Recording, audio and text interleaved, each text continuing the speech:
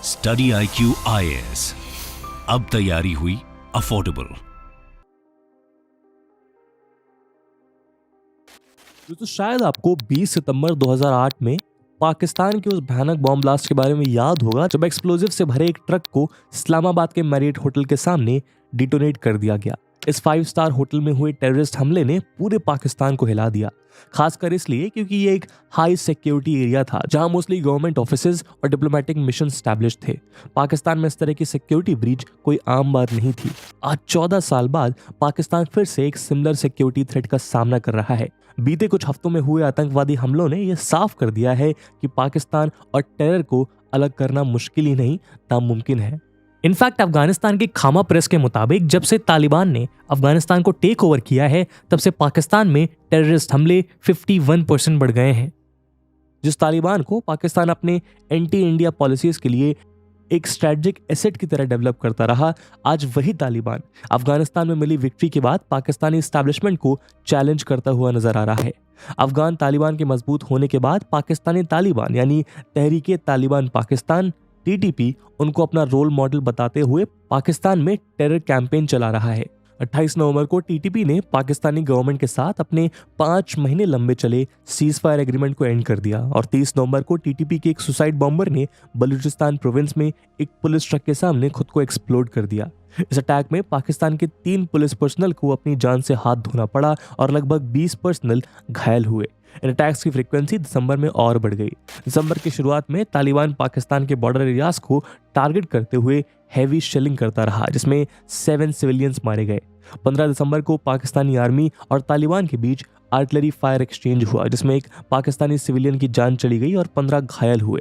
23 दिसंबर को इस्लामाबाद में फिर एक सुसाइड अटैक हुआ जिसमें एक पुलिस ऑफिसर मारा गया और 2 सिविलियंस और 4 पुलिस ऑफिसर्स बुरी तरह घायल हुए। इसके अलावा तुर्बत और चमान में हुए अटैक्स के लिए भी TTP ने रिस्पॉन्सिबिलिटी क्लेम की है। एक तरफ तुर्बत में आर्म्ड मिलिटेंट्स ने फ्रंटियर कोर के व्हीकल को अटैक किया, वहीं चमान के बॉर्डर टाउन में मोटरसाइकिल पर सवार मिलिटेंट्स ने एक चेकपोस्ट पर ओपन फायर किया। इस्लामाबाद, लाहौर और पाकिस्तान के दूसरे इलाकों में हो रहे इन अटैक्स को देख के ये बात तो पक्की है कि पाकिस्तान की अफगानिस्तान पॉलिसी एक कंप्लीट फेलियर रही है और ये फिर से एस्टैब्लिश हो चुका है कि पाकिस्तान द्वारा स्पॉन्सर्ड टेररिज्म का सबसे बड़ा शिकार पाकिस्तान खुद है।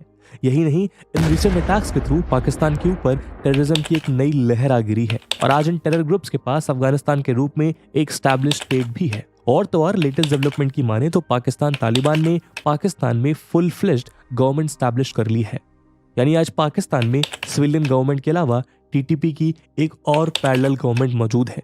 तो अब सवाल ये है कि क्या पाकिस्तान अपने आप को इस लहर से बचा पाएगा? क्या अटैक्स का ये नया दौर टेररिज्म को लेकर उसे रीथिंक करने पे मजबूर करेगा या फिर ये क्राइसिस उसे इतना अनस्टेबल बना देगा कि उसके बिखरने की नौबत आ जाए? और TTP के साथ साउथ वेस्टर्न पाकिस्तान में जो बलूच मिलिशियाज रिसेंटली एक्टिव हुए हैं, क्या वो इस बात का इशारा करते हैं कि अब वेस्ट पाकिस्तान से अलग होने वाला है?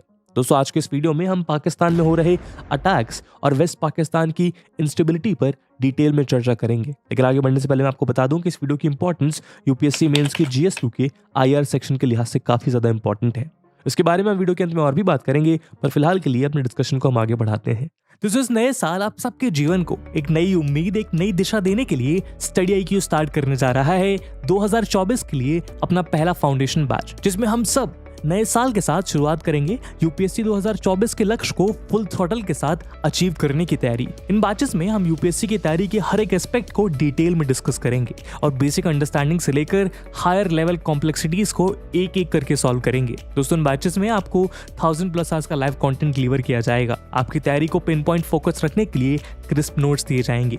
किसी भी समय अपने डाउट्स को क्लियर करने के लिए 1-to-1 मेंटोरशिप का फीचर भी आपके पास रहेगा। प्रीलिम्स के लिए प्रैक्टिस क्वेश्चंस, मेंस के आंसर राइटिंग प्रैक्टिस और भी बहुत कुछ मात्र और मात्र 18,999 के सुपर डिस्काउंटेड प्राइस पे अगर आप AG live coupon code use करते हैं। दोस्तों, बैचेस में क्लासेस की स्टार्टिंग 2 जनवरी इवनिंग 6 PM से हो रही है। तो आप भी इस नए साल AG लाइव कूपन कोड को यूज करिए और पूरे देश के UPSC एस्पिरेंट के साथ कहिए कि आप तैयारी हुई अफोर्डेबल स्टडी IQ के साथ। इन बैचेस से रिलेटेड सभी इंपॉर्टेंट लिंक्स आपको पिन कमेंट में मिल जाएंगी। बाकी सभी अपडेट्स के लिए आप मुझे मेरे सोशल मीडिया हैंडल्स पे फॉलो कर सकते हैं।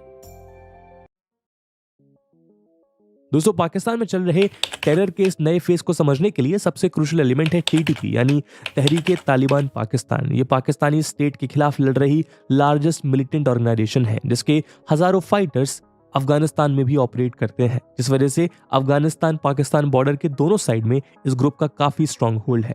वो आर्म स्ट्रगल के थ्रू पाकिस्तान में अपना इस्लामिक पॉलिटिकल सिस्टम स्टैब्लिश करना चाहते हैं जो स्ट्रिक्टली शरिया लॉज पर बेस्ड हो। दरअसल 2001 में यूएस के अफगानिस्तान इन्वेजन के बाद जिस टेररिस्ट पॉलिटिक्स की शुरुआत हुई थी उसी का एक बाई प्रोडक्ट है टीटीपी। यूएस इन्वेजन के दौरान पाकिस्तानी गवर्नमेंट के लिए अफगानिस्तान और कश्मीर में लड़ रहे पाकिस्तानी मिलिटेंट्स उनके गवर्नमेंट के खिलाफ हो गए। उनका मानना था कि यूएस के ग्लोबल वॉर ऑन टेरर को सपोर्ट कर पाकिस्तान अपने आप को वेस्ट का एक पुतला बना रहा है, इसलिए ये मिलिटेंट्स अफगान तालिबान, अलकायदा और दूसरे मिलिटेंट अलाइज को पनाह देंगे जो अफगानिस्तान में लड़ रहे हैं। यूएस के प्रेशर में आके पाकिस्तानी गवर्नमेंट ने टीटीपी के सेफ हेवेंस में क्रैकडाउन तो किया, लेकिन उसके जवाब में टीटीपी के मिलिशियाज और भी ज्यादा एकजुट होकर अलकायदा और अफगान तालिबान के साथ फॉर्मल अलायंस में जुड़ गए। ऐसे ही 2007 में टीटीपी को स्टैब्लिश किया गया, जैसे पाकिस्तानी तालिबान के नाम से भी जाना जाने लगा। इनिशियली टीटीपी अपने आप को अफगान तालिबान का एक्सटेंशन बताता रहा। वो उस समय के तालिबान लीडर अपना स्पिरिचुअल लीडर डिक्लेयर कर यूएस के खिलाफ अफगान तालिबान के वॉर को सपोर्ट करने लगा, लेकिन समय के साथ टीटीपी का फोकस और उसकी स्ट्रेटजी बदलने लगी। उदाहरण के लिए 2020 में टीटीपी ने यह क्लेम किया कि पाकिस्तान के बियॉन्ड उसका कोई ग्लोबल या रीजनल एजेंडा नहीं था। कई एक्सपर्ट्स के मुताबिक टीटीपी ने अनाउंसमेंट इसलिए किया ताकि उसके खिलाफ जंग में पाकिस्तान स्टेट को मिल रहा इंटरनेशनल सपोर्ट कम हो जाए। अलकायदा का अलाई होने के नाते टीटीपी यूएस का भी एक सिग्निफिकेंट टारगेट था और उसे मिटाने के लिए वो पाकिस्तान को ड्रोन टेक्नोलॉजी भी प्रोवाइड कर रहा था। 2018 में जाके टीटीपी ने अपने मैनिफेस्टो से ग्रेटर जिहाद के कॉल को एक्सक्लूड कर दिया, जो शुरुआती सालों में उसका एक इंपॉर्टेंट एजेंडा हुआ करता था। उसने अपने फाइटर्स को सिविलियंस और रिलीजियस माइनॉरिटीज को अवॉइड कर पाकिस्तानी मिलिट्री और इंटेलिजेंस पर्सनल पर टारगेटेड वायलेंस का ऑर्डर दिया। यही नहीं, अपने लेजिटिमेसी को स्टैब्लिश करने के लिए टीटीपी अपने कुछ ऑब्जेक्टिव्स को पाकिस्तान के रिलीजियस और एथनिक पार्टीज के पॉलिटिकल गोल्स के साथ अलाइन करने लगा। इसमें बलूच और पाश्तून नेशनलिस्ट ग्रुप्स खास तौर पर शामिल थे। पिछले कुछ दशकों में ये एथनिक माइनॉरिटीज पाकिस्तानी स्टेट की एक्सप्लॉइटेटिव पॉलिसीज के खिलाफ प्रोटेस्ट करती आई हैं। ये एथनिक ग्रुप्स मेनली अफगानिस्तान को बॉर्डर करने वाली पाकिस्तानी ट्राइबल बेल्ट में लोकेटेड है और टीटीपी उन्हें एक सिग्निफिकेंट सपोर्ट बेस प्रोवाइड करता है। इसलिए टीटीपी की मांग ये भी है कि Pakistani government Afghanistan border share कर रहे ट्राइबल रीजन को ऑटोनॉमस डिक्लेयर कर दे। एक समय में ये ट्राइबल एजेंसीज तालिबान मिलिटेंसी का हॉटबेड हुआ करती थीं, जिन्हें खैबर पख्तूनख्वा प्रोविंस के साथ मर्ज कर दिया गया था। लेकिन टीटीपी चाहता है कि पाकिस्तान उस रीजन से अपनी मिलिट्री फौज को विथड्रॉ कर ले।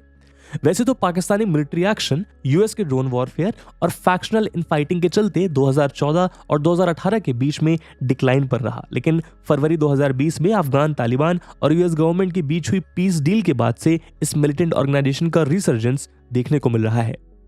इनफैक्ट जुलाई 2020 से पाकिस्तान स्टेट के खिलाफ 10 ग्रुप्स टीटीपी से जुड़ गए हैं, जिनमें से 3 अलकायदा के पाकिस्तानी एफिलिएट्स हैं और 4 मेजर ऐसे फैक्शंस हैं जो 2014 में टीटीपी से अलग हो गए थे। जाहिर सी बात है कि इन मर्जर्स के बाद टीटीपी का वायलेंस और भी इंटेंस और फ्रीक्वेंट हो गया है और अफगानिस्तान में अब फॉर्मली तालिबान सरकार होने के कारण इसका इम्पैक्ट और भी ज्यादा बढ़ता जाएगा। दोस्तों, गौर करने की बात यह है कि टीटीपी ने पाकिस्तानी गवर्नमेंट के साथ सीजफायर तभी एंड कर दिया जब जनरल असीम मुनीर अहमद को नया पाक आर्मी का चीफ अपॉइंट किया गया। ऐसा इसलिए क्योंकि जनरल असीम मुनीर बाजवा डॉक्ट्रिन से अपने इंस्टीट्यूशन को दूर करते आए हैं। बाजवा डॉक्ट्रिन फॉर्मर पाक आर्मी चीफ जनरल बाजवा की पॉलिसीज को रिफर करने के लिए यूज किया जाता है, जो टीटीपी के साथ पीस टॉक्स और सीजफायर की पॉलिसी को फॉलो करती थी। इनफैक्ट ट्राइबल एरियाज में टीटीपी के रिसर्जेंस के पीछे ये एक मेजर रीजन था। खैर, भले ही टीटीपी ने हाल ही में सीजफायर एंड किया हो, लेकिन सीजफायर के दौरान भी स्वाट और वजीरिस्तान जैसे इलाकों में वो एक्सटॉर्शन और किडनैपिंग की एक्टिविटीज करता रहा और आने वाले दिनों में ये और भी ज्यादा बढ़ने वाला है। टीटीपी का थ्रेट और भी पोटेंट इसलिए बन जाता है क्योंकि उसके हाथ अब फॉरेन वेपन्स और इक्विपमेंट्स लगे हैं, जैसे तालिबान टेक ओवर के बाद अफगानिस्तान से नाइट विजन इक्विपमेंट और आर्मर्ड व्हीकल्स। दूसरी बात यह है कि सीजफायर एंड करने का अनाउंसमेंट टीटीपी से तब आया जब state minister of foreign affairs Hina Rabbani Khar द्वारा led delegation Afghan Taliban leaders के साथ मीट करने काबुल पहुंची। वैसे तो पाकिस्तान ये क्लेम करता है कि इस डेलीगेशन का एजेंडा ट्रेड, रेफ्यूजीज और वीजा रेजिम था, लेकिन ये साफ है कि क्रॉस बॉर्डर टेररिज्म और टीटीपी भी उनके एजेंडा में शामिल था। पाकिस्तानी बॉर्डर फोर्सेस को टारगेट करके टीटीपी और तालिबान मिलिटेंट्स द्वारा किए गए अटैक्स के बाद क्रॉस बॉर्डर टेररिज्म के बारे में डिस्कशन ना हो, ये हो नहीं सकता। और इसीलिए ये सोचना भी बेवकूफ़ी होगी कि टीटीपी ने बिना किसी अफगान तालिबान लीडर को कॉन्फिडेंस में लिए सीज फायर एंड करने का डिसीजन लिया हो। जल्द ही पाकिस्तान को ये पता चल जाएगा कि टीटीपी ने इसका फायदा उठाते हुए न सिर्फ खुद को रीग्रुप और रीआर्म किया, बल्कि अपने नेटवर्क को खैबर पख्तूनख्वा के बाहर एक्सपैंड और रीस्टैब्लिश करने में भी सक्सेसफुल हुआ है। और ये ऑलरेडी पाकिस्तान के लिए एक सीवियर नेशनल सिक्योरिटी चैलेंज बनकर उभर चुका है। दोस्तों, टीटीपी की रिसर्जेंस का सबसे बड़ा इम्पैक्ट अफगानिस्तान के साथ पाकिस्तान का 2670 किलोमीटर लंबा इंटरनेशनल बॉर्डर ड्यूरन लाइन पे देखा जा सकता है। 1947 में जब पाकिस्तान बना तब से ही डिस्प्यूट चला आ रहा है और 2017 में क्रॉस बॉर्डर टेंशन्स अपने पीक पर पहुंच गए। दरअसल ये लाइन पाश्तून डोमिनेटेड एरियाज को डिवाइड करती है और पाश्तून्स अपने सेपरेट स्टेट की डिमांड करते आए हैं। अफगानिस्तान में आज तालिबान रूल के चलते ये इशू और भी इंटेंसिफाई हो गया है। पाकिस्तानी सिक्योरिटी फोर्सेस के साथ साथ फ्रीक्वेंट बॉर्डर क्लैशेस में सिविलियंस भी टारगेट बनते जा रहे हैं, जिसका एक मेजर एग्जांपल चमन बॉर्डर में हुई हैवी शेलिंग में देखने को मिला। ऊपर से पाकिस्तान के बॉर्डर फेंसिंग एक्टिविटीज को तालिबान वन साइडेड और इलेजिटिमेट एक्ट मानता है। आज पाकिस्तान के बॉर्डर लैंड्स में टीटीपी द्वारा एक्सटॉर्शंस और किडनैपिंग्स कई गुना बढ़ गई हैं। इस अनस्टेबल वेस्टर्न बॉर्डर को सिक्योर करने के लिए अब पाकिस्तान अमेरिका पे भी डिपेंड नहीं कर सकता।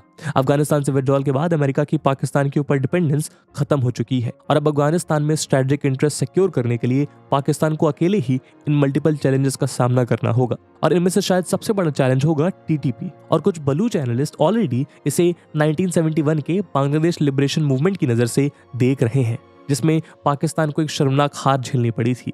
यहाँ बलूचिस्तान कोई रीसेंट प्रॉब्लम नहीं है। सक्सेसिव रेजिम्स के द्वारा निगलेक्ट होता रहा और इकोनॉमिक डिप्रिवेशन से जूझ रहा ये रीजन सालों से अपनी आज़ादी की मांग कर रहा है। और इसी सेपरेटिज्म की आग का फायदा उठाते हुए आज टीटीपी यहाँ अपने प्रॉक्सी ग्रुप्स के थ्रू इंस्टेबिलिटी का एक ऐसा माहौल बना रहा है जिससे पाकिस्तानी गवर्नमेंट के लिए बढ़ते प्रोटेस्ट को कंटेन करना मुश्किल हो रहा है। Chinese high speed fishing trollers के खिलाफ बलूच फिशरमैन के पब्लिक प्रोटेस्ट हक दो तहरीक नाम के इस नए ग्रुप द्वारा ऑर्गेनाइज किया जा रहा है, जिसके लीडर मौलाना हिदायतुर रहमान बलूच जमात इस्लामी के बलूचिस्तान चैप्टर के जनरल सेक्रेटरी भी हैं। एक्सपर्ट्स का कहना है कि रहमान और उसके Haq Do Tehreek leaders China Pakistan economic corridor यानी सीपीईसी को टारगेट कर फेडरल गवर्नमेंट का ध्यान बटाना चाहते हैं, जो ऑलरेडी मल्टीपल चैलेंजेस से जूझ रही है।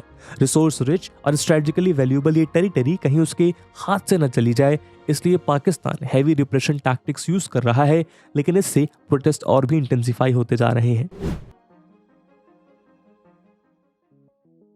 तो इस बात में कोई शक नहीं है कि टेरर की इस नई वेव ने पाकिस्तान को एक सीरियस पॉलिटिकल इंस्टेबिलिटी की ओर ढकेल दिया है। उसकी इकोनॉमी डिफॉल्ट की कगार पे है और इंटरनेशनल कम्युनिटी में उसकी इक्विटी काफी लो है। और यही नहीं, बल्कि जिस चाइनीज इन्वेस्टमेंट के भरोसे पाकिस्तान बैठा था, वही चाइना आज पीछे हटते हुए नजर आ रहा है। उदाहरण के लिए टीटीपी और बलूच गुरिल्लाज द्वारा सपोर्टेड रेजिस्टेंस के चलते सीपीईसी शायद एक फेल्ड प्रोजेक्ट बनने जा रहा है। ऐसे में पाकिस्तान टेरर के इस जंग को अफगानिस्तान लेके जा सकता है, लेकिन इसका मतलब होगा अफगान क्राइसिस में उलझ जाना, जो पाकिस्तान की सिक्योरिटी सिचुएशन को और बिगाड़ सकता है, या फिर वो अपनी टेरिटरी में ऑपरेशंस कैरी आउट कर सकता है। लेकिन अफगानिस्तान में टीटीपी के सेफ हेवन्स होने के कारण ये एक एंडलेस वॉर में तब्दील हो सकता है और पाकिस्तान की इकोनॉमी जिस हालत में है उससे वो ऐसा करना अफोर्ड नहीं कर सकता। एक और रास्ता है टीटीपी के साथ पीस ट्रूस साइन करना, इसका मतलब होगा तालिबान के आगे सरेंडर करना। फोर्थ ऑप्शन ये है कि पाश्तून तहफ़्फ़ुज़ मूवमेंट पीटीएम जैसे ह्यूमन राइट ऑर्गेनाइजेशन को यूटिलाइज कर पाकिस्तानी स्टेट टीटीपी के रिसर्जेंस को काउंटर करने की कोशिश कर सकता है। पर प्रॉब्लम यह है कि पीटीएम को पाकिस्तान टीटीपी से भी बड़ा थ्रेट मानता है। लेकिन स्ट्रेटजी चाहे कुछ भी हो, पाकिस्तान कोई भी ऐसा पॉलिटिकल सेटलमेंट अफोर्ड नहीं कर सकता जो उसके so called semi democratic system को कॉम्प्रोमाइज करे। एनालिस्ट दावा करते हैं कि अगले साल जनरल इलेक्शंस के पहले अगर पाकिस्तान टीटीपी के खिलाफ कड़े कदम नहीं उठा पाया तो ये देश फिर से एक वायलेंट इलेक्शन साइकिल से गुजरेगा, जहां पॉलिटिकल पार्टीज फिर से मिलिटेंट्स का टारगेट बनेंगी। साथ ही पाकिस्तान को याद रखना चाहिए कि एक्सट्रीमिज्म को लेकर उसका ये दोगलापन और उसकी मिसगाइडेड अफगान पॉलिसीज रेडिकलिज्म को बढ़ावा देने के साथ साथ उसकी स्टेट माइनॉरिटी को भी चैलेंज करती रहेंगी। ऑब्जर्वर्स के मुताबिक कश्मीर और अफगानिस्तान में जब तक पाकिस्तान टेररिज्म को इंकरेज करता रहेगा तब तक वो खुद भी इसकी चपेट से बाहर नहीं आ पाएगा। दोस्तों, इस मुद्दे पे आपका क्या ओपिनियन है?